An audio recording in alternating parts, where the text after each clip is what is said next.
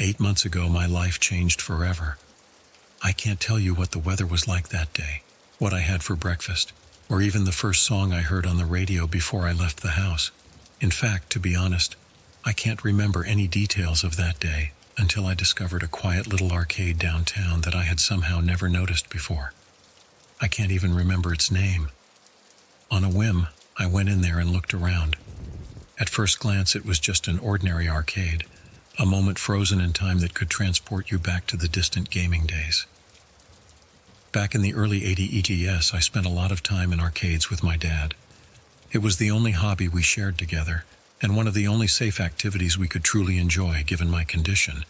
I suffer from something called cleidocranial dysplasia. I'm not going to waste your time nor mine on an in-depth study of what it is. You have the internet, and so do I.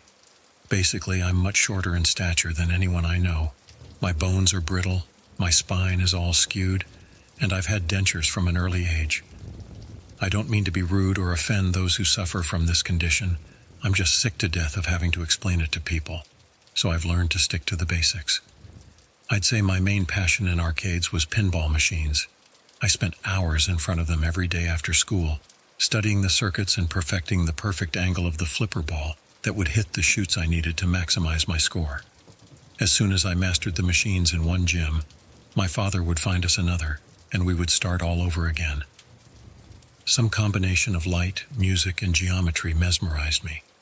There were times when I would start playing and just completely lose myself until I ran out of quarters or it was time to go home. Even after my father died, I continued to pursue the hobby, partly to always stay close to him in some strange way, but mostly because no matter what changed in my life, pinball machines remained constant. They were a source of comfort and zen, something that is especially rare in life these days. It wasn't long until I found the corner where the pinball machines were stored. One by one stood 4 of my favorite machines of all time, the ones I had spent the longest time mastering as a child, and the ones that often brought me the most comfort. There was Theater of Magic with its sultry sorceress gesturing for me to come closer, holding out her palm. Monster Bash with its motley crew of musical monsters inviting me to rock. Twilight Zone lured me into the in-between space between light and shadow. And finally, Medieval Madness, urging me to save an ancient kingdom. I pulled a couple quarters out of my pocket and headed for the Theater of Magic. An impromptu date with the first woman I'd fantasized about as a child seemed like the perfect way to kill time. Hey, don't judge me, man. At least it wasn't a succubus from the original Dungeons & Dragons monster guide. Just before I slid the silver into her nest, I saw with the edge of my left eye something I didn't initially notice. There was a pinball machine in the corner that I had never seen before, which was odd because there wasn't one that existed that I had never played. I even went on vacations to other countries just to play new or rare machines. The machine was called Madame Marilyn's Occult Pinball. It had a window on the back glass with a functional little female fortune teller inside. Mechanical inserts in pinball machines were certainly nothing new, but they were always pleasing to the eye. Making my decision, I slipped my silver into the slot and tossed the extra quarters onto my apron. I pulled back the piston, took a deep breath, and let it go. The moment my ball was launched into the center of the playing field, the song Pinball Wizard by The Who came on. I was laughing so hard I wasn't paying attention, and my ball hit the drain. Normally, I would have been pissed at losing the first ball so quickly. But this machine had autosave, so instead the ball was sent back into the tub. I went to the change machine a couple times and probably easily missed $1.20 in quarters before I really got the hang of the game. If you've played pinball before, I don't need to explain in detail how it works. You hit bumpers, knock down falling targets, ride subways and high trails, pay attention to special assignments while avoiding drains and munch holes. If you've never played a game like this, I'm going to have to question what you've been doing with your life. There were more missions in this machine than I've seen in pinball machines before in my life. The skill rolls alone made me sweat so much that I missed the target more often than I'd like to admit. By the time I finally made it to the master level, I sat there from morning until dusk. Of course, not all machines had them, but when they did, it was always a pleasant surprise. The wizard level in a pinball machine was akin to the secret final stage in a regular video game, only 1,000,000 times harder.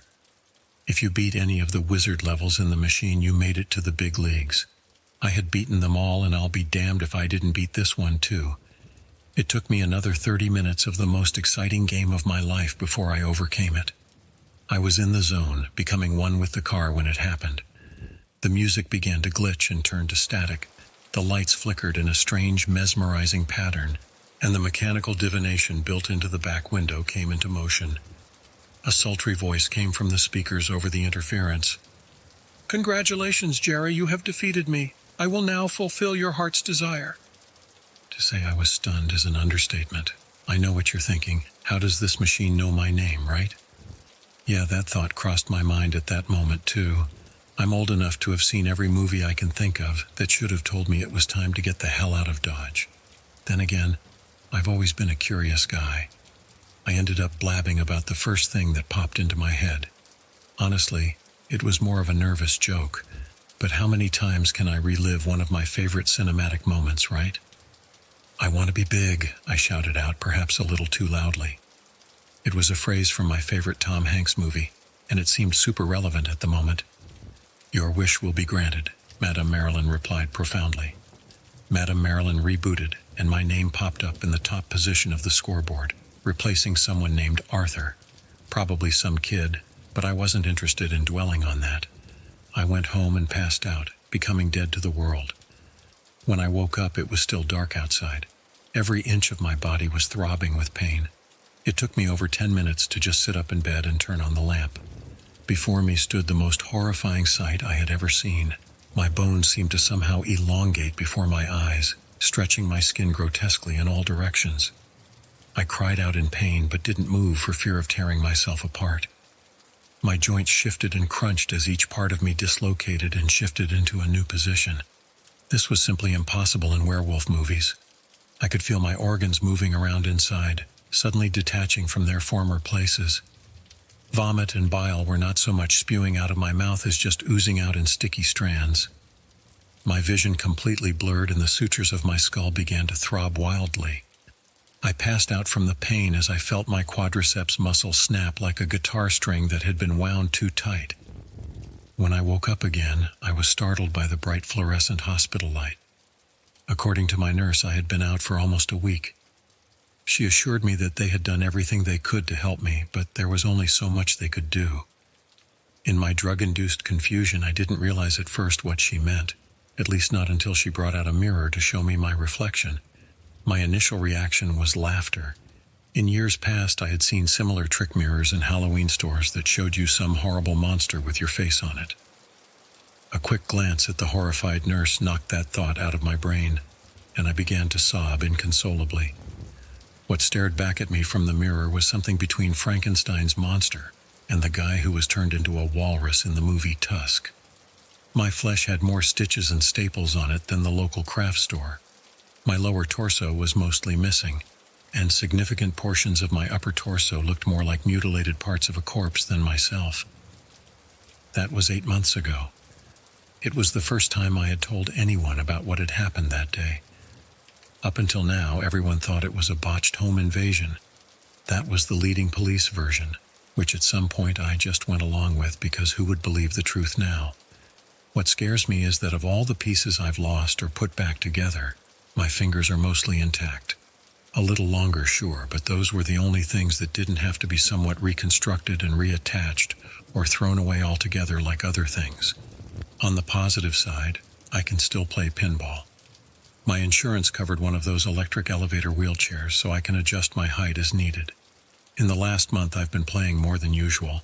I heard there's a big tournament a couple towns away at some place called the Corpus Arcade.